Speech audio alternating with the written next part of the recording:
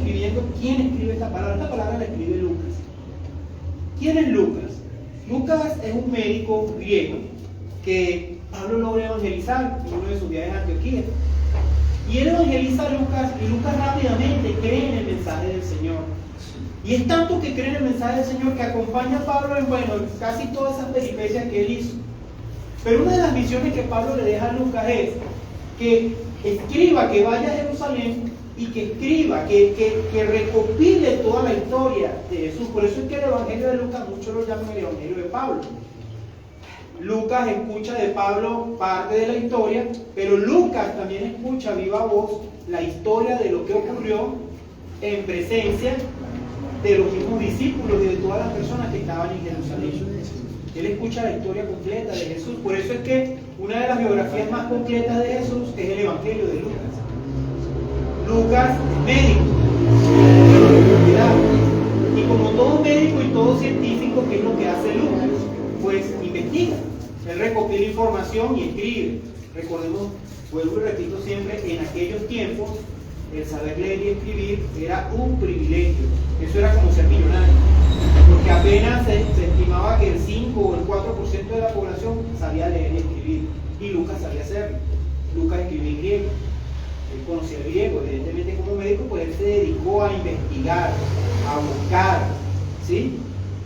Y a indagar. Entonces escribió no solamente el libro o el Evangelio de Lucas, se le atribuye también a Lucas la escritura del libro de los Hechos de los Apóstoles.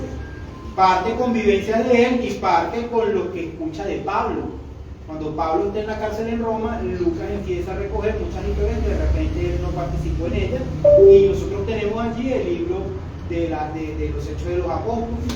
Posiblemente también, no sabemos cuál era el estado de Pablo cuando estaba en la cárcel, también Lucas le pudo haber escrito muchas de esas epístolas que nosotros podemos leer hoy en día. Es para que tengamos en cuenta que este personaje, esta persona que escribió esta palabra, pues tuvo testimonio, o sea, escuchó muchas historias y todas las trató de condensar en un evangelio. Ya decía Juan en el evangelio que escribió que si alguien se hubiese pretendido tener la misión de escribir todo lo que hizo nuestro Salvador Jesucristo mientras estuvo en la tierra, pues no habría libro donde cabría todo eso. Por eso es que de repente en Lucas aparecen algunas cosas que quizás no aparecen en Mateo, que quizás no aparecen en Marcos, ¿sí? Pero en general, la historia del Evangelio de Jesús concuerda en esos 4 evangelios, por completo.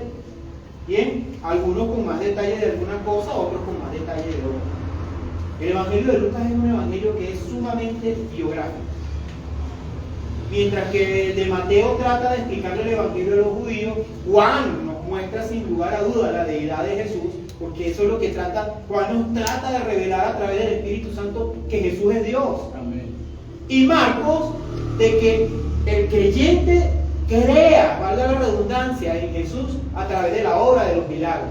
Por eso es que el Evangelio de Marcos es llamado el Evangelio de los milagros de Jesús. Entonces estos 4 evangelistas, cada uno tuvo una misión en el Evangelio, pero la historia es la misma. En este caso, hablamos de Lucas 10, del 1 al 37, que trae una enseñanza muy hermosa. Posiblemente no me dé tiempo de darla completa hoy, pero voy a tratar de desglosar algunas partes e ir llevándolo por lo menos en unas 2 o 3 sesiones. La primera parte dice así: después de estas cosas designó el Señor también a otros 70. O sea, él primero designa a los 12 discípulos, que eran los escogidos de él para el ministerio de la predicación, de la enseñanza y la predicación del Evangelio, de las buenas nuevas. Pero dice, a él no lo seguían solamente esos 12 discípulos. Es que cuando usted lee la Escritura, usted se da cuenta en todos los evangelios de que Jesús era seguido por multitudes. ¿Y por qué era seguido por multitudes? En parte por los milagros, porque sí es cierto, porque había muchos enfermos, muchos cojos, muchos paralíticos, muchos leprosos, que eran sanados a través de Jesús, eran sanados por Jesús. Pero también iban muchas personas que estaban maravilladas por la doctrina que enseñaba Jesús. ¿Por qué estaban encantados por la doctrina de Jesús? Porque Jesús verdaderamente no hacía acepción de personas. Lamentablemente, como nos decía el pastor hace ratito, la religiosidad es un mal muy grande. Y en esa época, los religiosos, si nosotros criticamos a los religiosos de hoy en día, miremos en un tiempo atrás, estos religiosos realmente lo pesados que eran. Había una serie de mandamientos, de doctrinas que ellos habían inventado para limitar la presencia de las personas para la lectura, para escuchar la palabra de Dios, para acceder a los sacrificios que correspondían según la ley. Ellos habían estudiado la ley, pero no conocían ni vivían esa ley.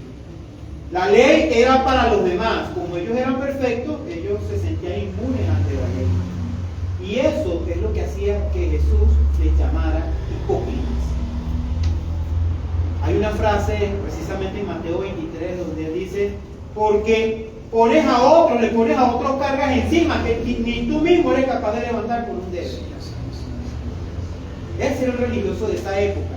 Cuando llega Jesús y habla de que el reino de los cielos se ha acercado, y habla de que si hay arrepentimiento, la salvación está en tus manos. Cuando habla del perdón de los unos a los otros, cuando habla del amor de los unos a los otros, ese mensaje chocaba totalmente con el mensaje fariseico de aquella época. El mensaje fariseico era que si tú no cumplías cualquiera de los ritos, por insignificantes que fueran, de lo que hablaban los fariseos, estabas condenado por Dios. Y ya no merecías ni siquiera ser llamado, ni siquiera ser tomado en cuenta como pueblo. Ustedes sabían, por ejemplo, que en las sinagogas no podían entrar las mujeres a escuchar la palabra de Dios. Usted sabía que si alguien tenía algún defecto físico, alguna enfermedad, no podía entrar en las sinagogas a escuchar la palabra de Dios. Sí. Hasta ese punto de crueldad y de maldad en el corazón había llegado estos personajes. Jesús le abrió las puertas del Evangelio a todo el mundo. Amén. Y por eso, estas personas que lo seguían, él escogió 70. ¿Y a quiénes escogerían? No lo sabemos. Pero si fueron escogidos por Jesús, es porque él sabía lo que había en su corazón. ¿Eran esas 70 personas mejores que cualquier ser humano en esta tierra? No. Posiblemente eran personas con defectos, con dificultades, con pecado, pero sanados por él. Y cuando hablo de sanados, no hablo solamente físicamente, sino sanados sus espíritus. Y estas personas, yo me imagino lo gozosos que se sintieron cuando fueron llamados por Jesús, y Jesús los llama para una misión. Y vamos a ver de qué se trata la misión. Dice: a quienes envió de 2 en 2 delante de él a toda ciudad. O sea, 70 de 2 en 2, o sea que eran 35 grupos de personas que se iban a dispersar por distintas ciudades en Israel. Y lugar a donde él había de ir. O sea, era como una avanzada que iba a reconocer el terreno para que el mismo Jesús después llegara hasta ese lugar. Y les decía, vean lo que decía Jesús en ese momento: la mies a la verdad es mucha, mas los obreros son pocos. Por tanto, rogad al Señor de la mies que envíe obreros a su mies. ¿Qué es lo que decía Jesús? ¿Qué estaba dando a entender en ese tiempo? Que en verdad el pueblo que había para evangelizar, para conocer el mensaje de la verdad del Evangelio, era inmenso. En ese entonces estamos hablando de personas que se habían incluso apartado de la presencia de Dios, se habían apartado de Dios porque unos creían que no eran dignos de estar en presencia del Señor, y otros peor, otros les habían hecho pensar que no eran dignos de estar en el Señor. Entonces, realmente las personas a quienes tenía que llegar el mensaje del Evangelio eran muchas. ¿Y quiénes son esos obreros de los que habla él? Aquellos que tienen que llevar la palabra, aquellos que iban a llevar ese mensaje de esperanza, aquellos que iban a llevar ese evangelio para tocar los corazones de las personas. A eso es a lo que él quería enviar. Por eso decía: a la verdad las mies es muchas, pero ustedes creen que 35 grupos de personas en 35 lugares distintos a la vez iban a cubrir todo el pueblo de Israel, o toda la población oprimida del pueblo de Israel. Y digo oprimida no solo por los romanos, que ya era bastante, no solo por la clase religiosa, que ya es bastante decir, oprimidos por Satanás. Porque Satanás los mantenía engañados, los mantenía apartados de la gloria que el Señor tenía para ellos. Ese mensaje lo podemos traducir hoy mismo en día. Hoy Actualmente, Jesús viniera y dijera exactamente lo mismo. A la verdad, la vida es mucha, pero los obreros son pocos. ¿Cuántas personas hay en el mundo de la actualidad? Se estima que más de 8.000 millones de personas. ¿Cuántos estamos acá en este momento? Y de los que estamos acá, ¿cuánto estamos dispuestos a llevar ese mensaje a esos 8.000 millones de personas que están allá afuera? No se cumple exactamente la misma palabra. A mí sigue siendo mucha y los obreros seguimos siendo pocos. Eso es lo que Él hizo al tratar de mandar a estas personas para que propagaran su palabra. Si nosotros vamos al final del Evangelio de Mateo y de Marcos, dice: id y predicad a todas las naciones. Cuando habla de las naciones no es que van a ir de país en país, las naciones es cada una de las personas. Amén. Habrá quien crea, habrá quien no crea. Luego dice así: he aquí yo os envío como corderos en medio de lobos. ¿Verdad? Usted va a predicar la palabra y usted no sabe qué es lo que se va a conseguir. Usted no sabe qué es lo que va a encontrar. Pero hay algo que sí sabemos: que la bendición y la protección de Dios está con cada quien que encomienda la misión de predicar la palabra. ¿Vamos a recibir rechazo? Mucho. Porque muchos tienen endurecido el corazón. Pero el Señor dice también a través del profeta Isaías que su palabra nunca vuelve vacía. Amén. Su palabra jamás vuelve vacía. Así que, de 100 a los que usted le lleve la palabra, con que uno venga a los pies de Cristo, ya usted está haciendo la obra del Señor. Amén. Y si no viene ninguno, pues vaya otros 100 más y alguno vendrá. Pero el mensaje tiene que ser llevado. Porque esa fue la obra, no es ni siquiera una sugerencia de Jesús, fue un mandato. Muchos a veces no tenemos en cuenta este mandato y creemos que simplemente servir al Señor es venir acá a la iglesia todos los domingos, o venir a los ayunos, o estar acá solamente. No, el mensaje de Jesús es que esa palabra se la llevemos a todo aquel que la necesita. Y es mucha la necesidad que hay del Señor en estos tiempos. ¿Estamos en medio de lobo? Sí, pero la bendición del Señor nos acompaña. Amén. No llevéis bolsa, ni alforja, ni calzado, ni a nadie saludéis por el camino. En cualquier casa donde entréis, primeramente decid: paz sea a esta casa. Donde los reciban, ¿qué debemos decir? La paz sea sobre este lugar. ¿Por qué? Porque es que el Señor es una paz que de verdad te pasa cualquier entendimiento. Y si hubiera aquí algún hijo de paz, vuestra paz reposará sobre él. Es muy importante que para los hijos del Señor llevar la palabra. Cuando usted lleva la palabra de una persona, es llena de paz. Esa paz que usted lleva en su interior es transmitida a las personas que escuchan de buen agrado esta palabra que usted está llevando, este mensaje de esperanza que es el Evangelio. Y si no, se volverá a nosotros. Nos debe preocupar que una persona rechace la palabra del Evangelio que usted le propaga, que usted le está dando. No se preocupe por eso. Eso no tiene por qué robarle la paz. Conozco muchas personas que dicen: yo no predico porque entonces me salen con groserías en la calle. No importa, usted va con paz. Si esa persona no quiere recibir la paz que usted le quiere dar, bueno, usted la lleva para quien la quiera recibirla. ¿Y qué es la paz? El mensaje de salvación que nos da nuestro Salvador Jesucristo. Y posad en aquella misma casa comiendo y bebiendo lo que os den, porque el obrero es digno de su salario. ¿Sí? Esto es importante. El obrero es digno de su salario. No paséis de casa en casa. O sea, es lo que quería decir a cada uno de ellos. No era que pasaran de una casa, entonces la de al lado también se quiso enconfinchar y se fueran para allá. No, porque eso iba a retardar más la misión. Oye, entra en una casa, camina a la otra esquina y mira a ver quién hay allá. Y así sucesivamente hasta que recorras todo ese sitio. Y dice así: mas en cualquier ciudad donde entréis y no os reciban, saliendo por las calles, decid: aún el polvo de vuestra ciudad que se ha pegado a nuestros pies, lo sacudimos contra vosotros. Es una costumbre muy arraigada en esos tiempos.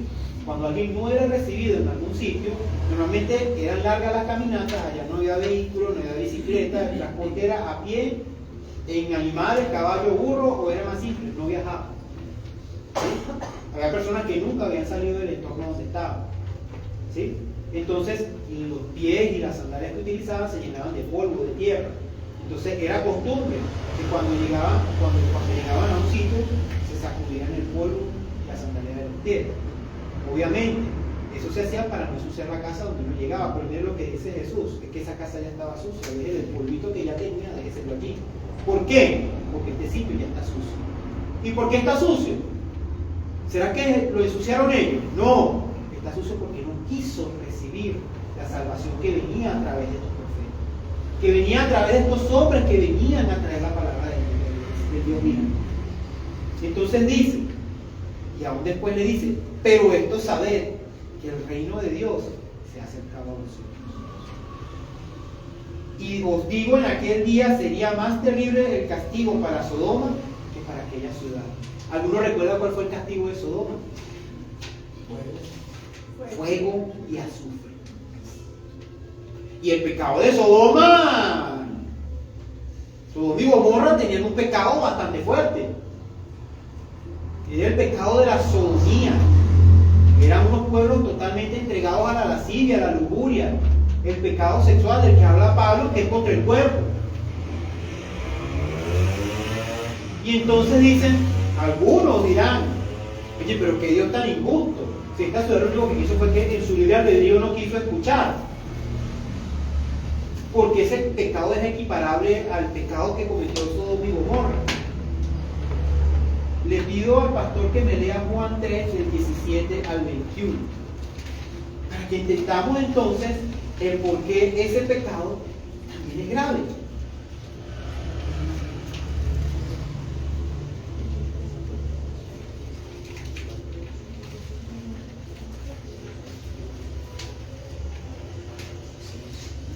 Juan 3, del 17 al 21. Amén.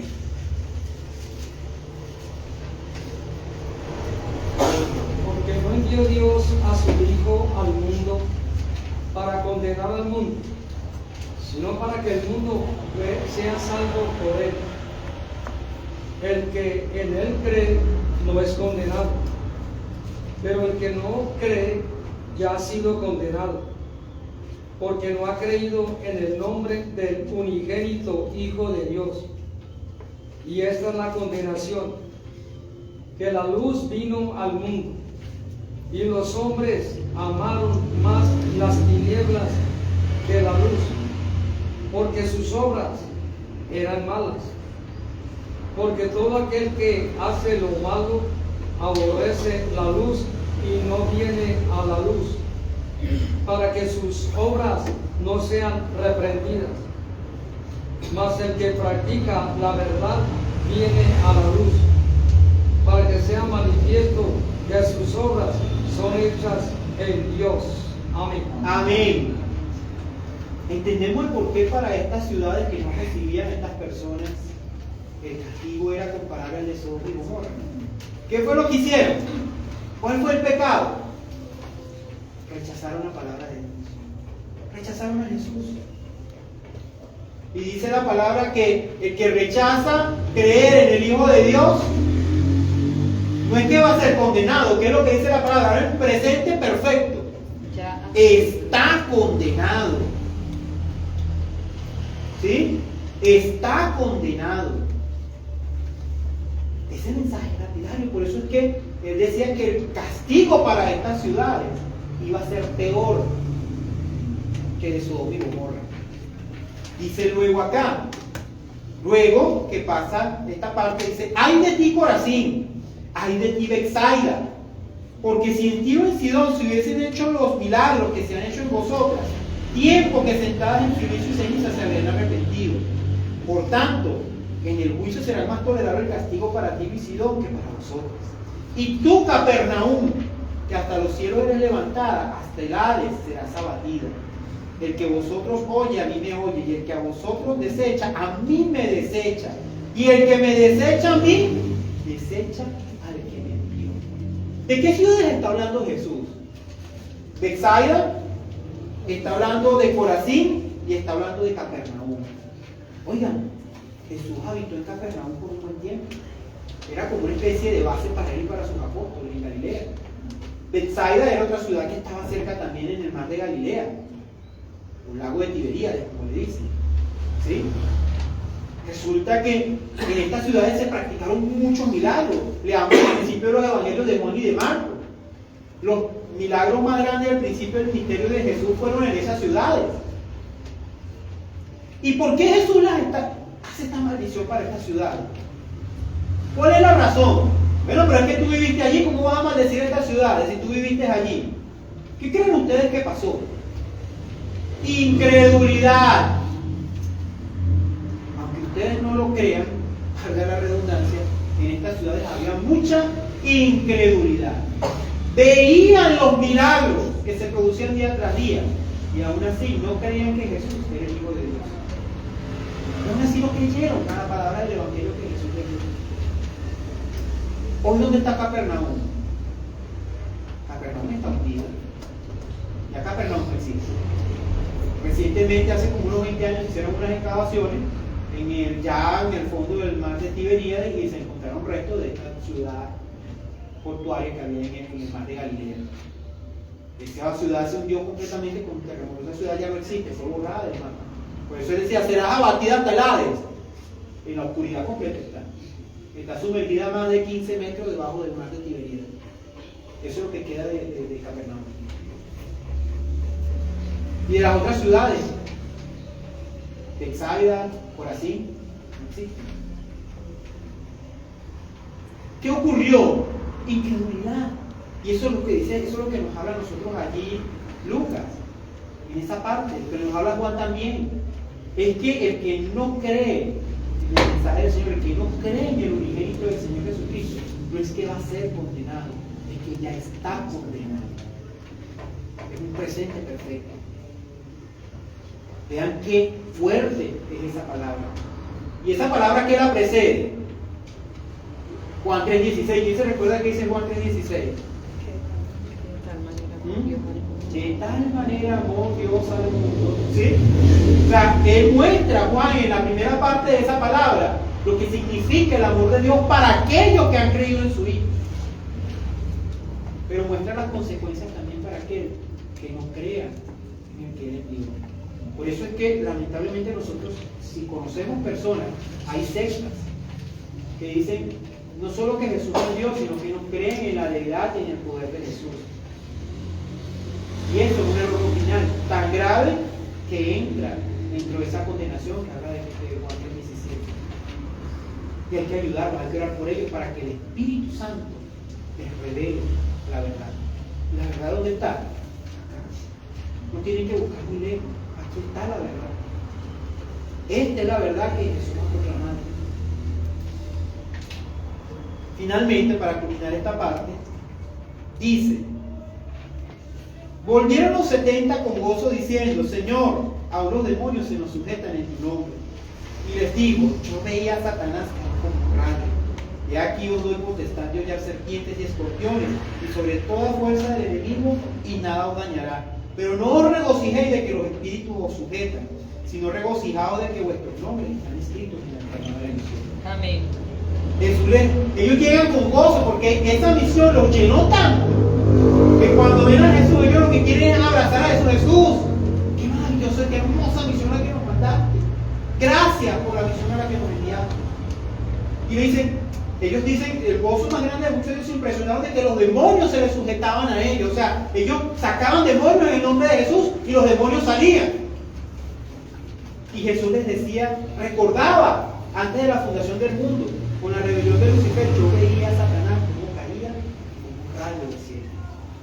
O sea, él recordó ese momento cuando las personas que envió le decían esto. Él recordó fue en la gloria de su Padre, cuando la batalla de los cielos con Satanás, y cómo Satanás cayó de la gloria de Dios. Qué hermoso y qué maravilloso ese mensaje. Pero todavía les dice, no se envanezcan porque los demonios se les sujetan, porque eso no era lo importante. ¿Qué era lo importante? Sus nombres están escritos en el libro de la vida del Cordero. Eso es lo que tiene que regocijarnos. Porque por ustedes no va a pasar la ira de Dios. Ustedes ya están bendecidos.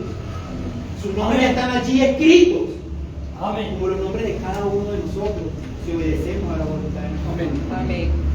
Dice la palabra, para terminar, y alguien que me lea por favor Apocalipsis 3:5. Apocalipsis 3:5.